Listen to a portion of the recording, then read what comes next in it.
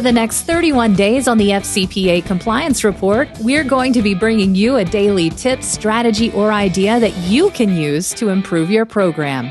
Here's your host, Tom Fox, the Compliance Evangelist. This month's sponsor of 31 Days to a More Effective Compliance program is Affiliated Monitors. Founded in 2004, Affiliated Monitors provides professional, independent integrity monitoring and ethics and compliance assessments nationally and internationally and across almost all industries. With its knowledge of effective ethics and compliance programs and cultures, Affiliated Monitors is respected for its work as the corporate monitor on matters ranging from multinational corporations to small and mid-sized companies and even individuals. Having served in over 750 monitorships, no one has more experience as an independent monitor than the team at Affiliated Monitors. For more information on how an independent monitor can help improve your company's ethics and compliance programs, visit this month's sponsor, Affiliated Monitors, at www.affiliatedmonitors.com. Compliance at the table. Going into the 2020s and beyond, your compliance function needs to be an integral part of your compliance business strategy. One of the key reasons is the ever-important debate of compliance as a cost center, which will become more effective in this decade. If your compliance programs are not effective, enforcement actions will continue to be extremely costly. Over the past 10 years, there has been an increasing impact on the businesses where you not only must grow your compliance resources focused on remediation, but business resources as well. This has only grown greater with the reputational risks amplified by social media, as we saw in 2020. This is because, as significant and costly as these regulatory fines and penalties have been, it is the intangible reputational damage which in the long run may be even more costly, with multiple stakeholders who might not desire to play out on the risk curve that might even be higher risk or located in higher jurisdictions or operating in high-risk industries. Further, there are other consequential impacts if compliance does not have a seat at the table. If compliance does have a seat at the table, there can be some leeway for compliance officers or for firms to figure out the best way to roll out a compliance program that is commensurate with an organization's risk and compliant with regulations. If compliance is relegated to the back of the corporate bus, there is little chance to do so.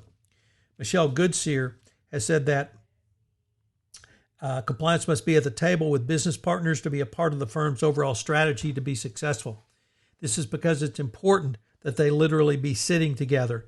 Business people should be attending compliance governance forums, and they should be actively communicating both views of what's happening in each of their respective worlds. And likewise, compliance should be sitting at a business table and understanding the direction of a business strategy, understanding the clients, and they are being onboarded and the types of clients and relationships the business is interested in.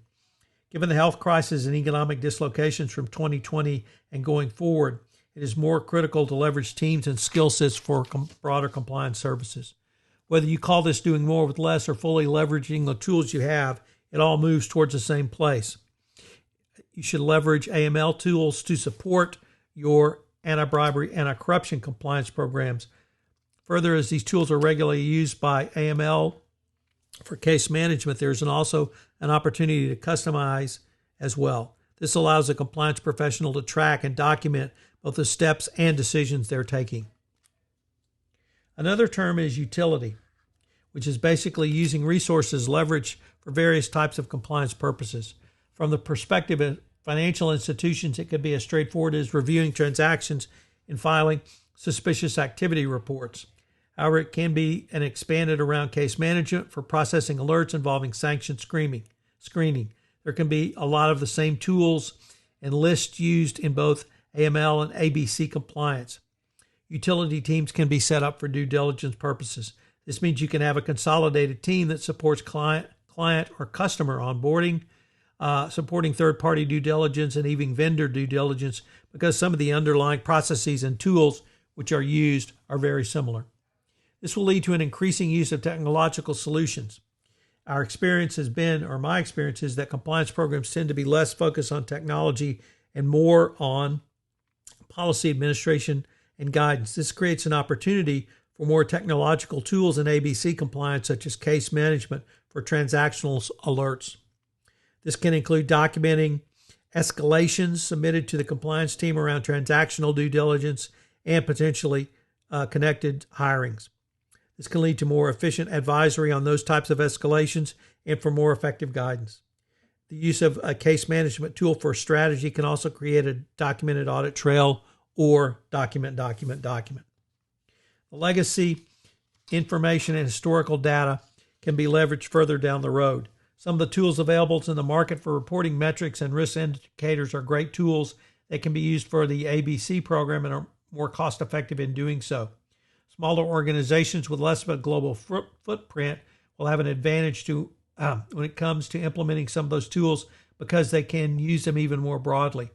Bringing in a case management tool or screening tool can have the advantage of covering multiple types of compliance risks and screening requirements that are needed to effectively manage risk.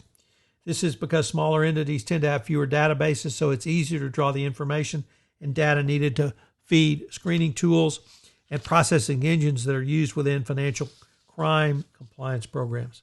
In some regards, I think it's a bit easier for the technology to be delivered or leveraged rather in smaller institutions.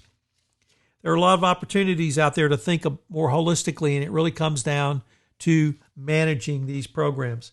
Thinking outside of their program allows you to not only have greater responsibility, but greater ability to think about your overall programs and how they impact your organization. So what are today's 3 key takeaways? Well, number 1, compliance needs to have a seat at the business table so that they know what's going on. Number 2, look for synergies with other compliance-related tools, whether they be AML or export control. And number 3, always remember that you are only limited by your imagination as a compliance professional. Hello, everyone. This is Tom Fox. I'd like to thank you again for joining me for this episode of 31 Days to a More Effective Compliance Program around business ventures.